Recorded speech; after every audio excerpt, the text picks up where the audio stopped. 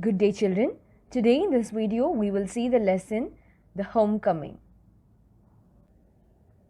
Phatik Chakravarti was the ringleader among the boys of the village.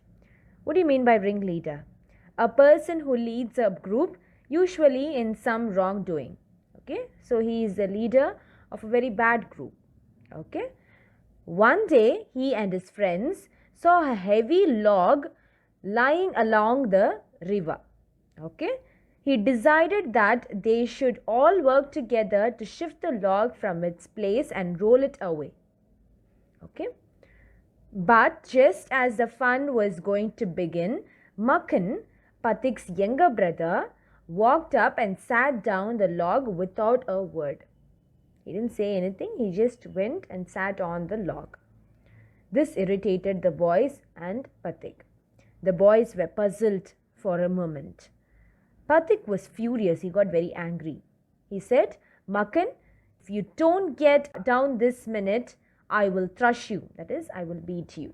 Okay, let's see what happened next.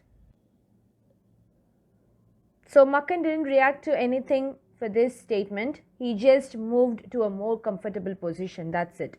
Now, if Phatik was to keep his dignity before the boys, it was clear to him that he had to carry out a threat. Okay. Now let's see what is the threat. But his courage failed him. He was not that courageous to threat his brother. So he said, instead he commanded the boys to roll the log and Makkan over together. Okay, he said to the boys that roll the log, let him be there, let Makkan also roll along with the log. Okay. Makkan heard the order, but he did not move. He didn't react to anything, or he did not move from that place. The boys began to push the log with all their strength, calling out, 1, 2, 3, go. At that word go, the log went, and with it went Makkan. The other boys were delighted with their work, but Phatik was little frightened. He knew what was coming, and sure enough, Makkan arose screaming like the Furies. He rushed at Phatik and scratched his face and beat him, and then went crying home. The first act of the drama was over. When Phatik went back home, his mother said angrily, So, have you been hitting Makkan again? Phatik was indignant. He was feeling unfairly treated. He got very angry and surprised because he felt unfairly treated. No, I haven't. Who told you that? Don't tell lies, said his mother. I'm not. You ask Makkan. But Makkan said, Yes, mother, Phatik did hit me. Phatik could not bear this injustice. He rushed at Makkan and hit him. His mother moved to protect Makkan. At this moment, a grey-haired stranger arrived at the door. When Phatik's mother stepped back and looked at the stranger, her anger changed to surprise, for she recognized her brother and cried, Why, Dada? Where have you come from? Her brother, Bishambhar, had gone away soon after she had married to start a business in Bombay. She had lost her husband while he was there. Bishambhar had now come back to Calcutta and had at once set out to the village to meet his sister. So what happened? At that moment, who came in? A grey-headed stranger arrived at the door. Okay, when Phatik's mother stepped back and looked at the stranger, her anger changed into surprise because she saw her brother. Okay, so her brother Bishambhar had gone away soon after she had married to start a business in Bombay.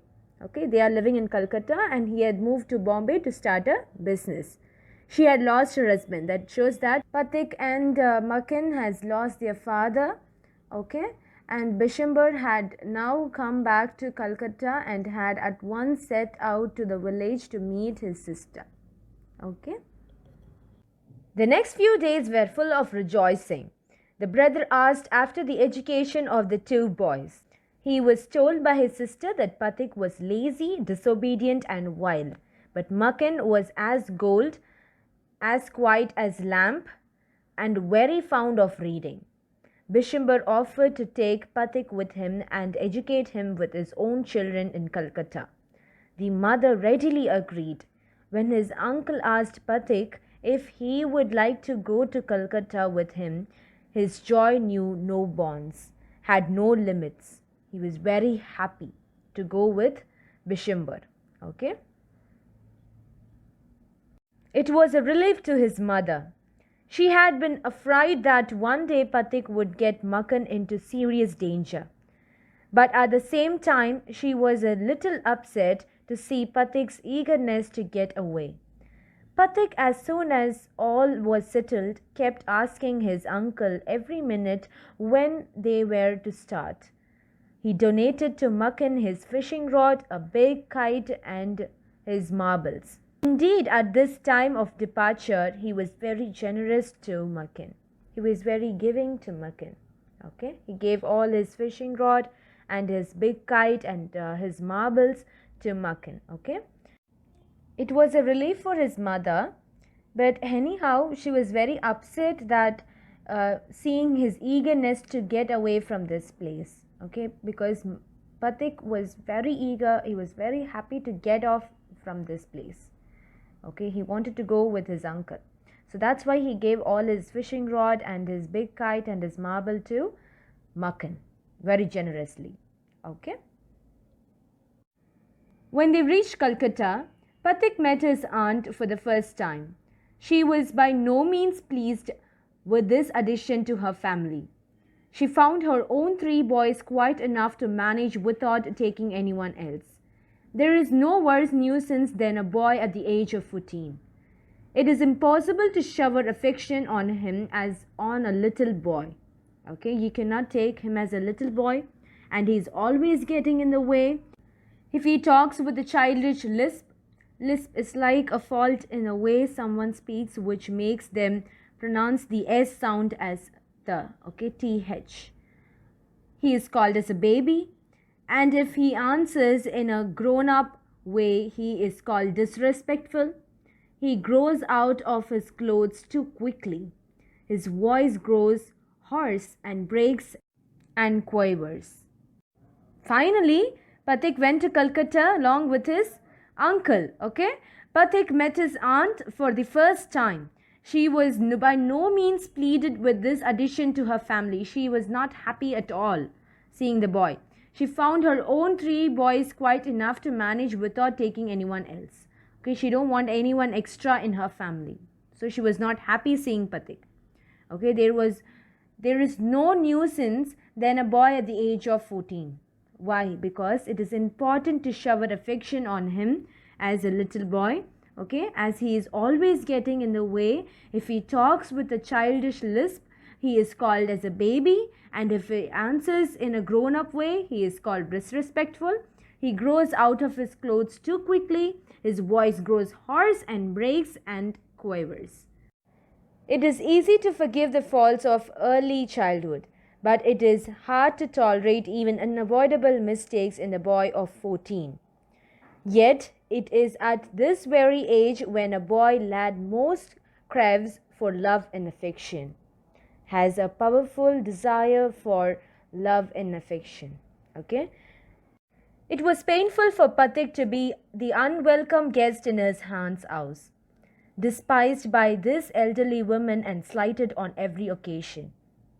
She totally avoided him, she totally disliked Phatik, and whenever there is a chance, she insulted and treated him disrespectfully in all the occasions.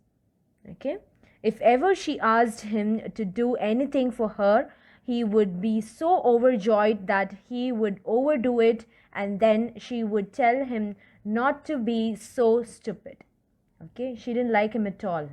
And it was very painful for Phatik to be the unwelcome guest in his aunt's house.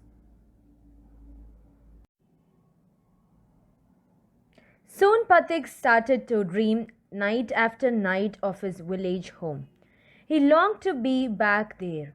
He remembered the glorious fields where he used to fly his kite all day long, the broad river bank where he would wander, singing with joy. He thought of his band of boys companions, and above all he thought of his mother. One day he summoned up all his courage and asked his uncle. One day he called up all his courage and asked his uncle, "Uncle, when can we go home?" His uncle answered, "Wait till the holidays come." Now what happened? Phatik started to dream about his village. He started missing his friends. He started missing his happiness. He started missing his mother especially.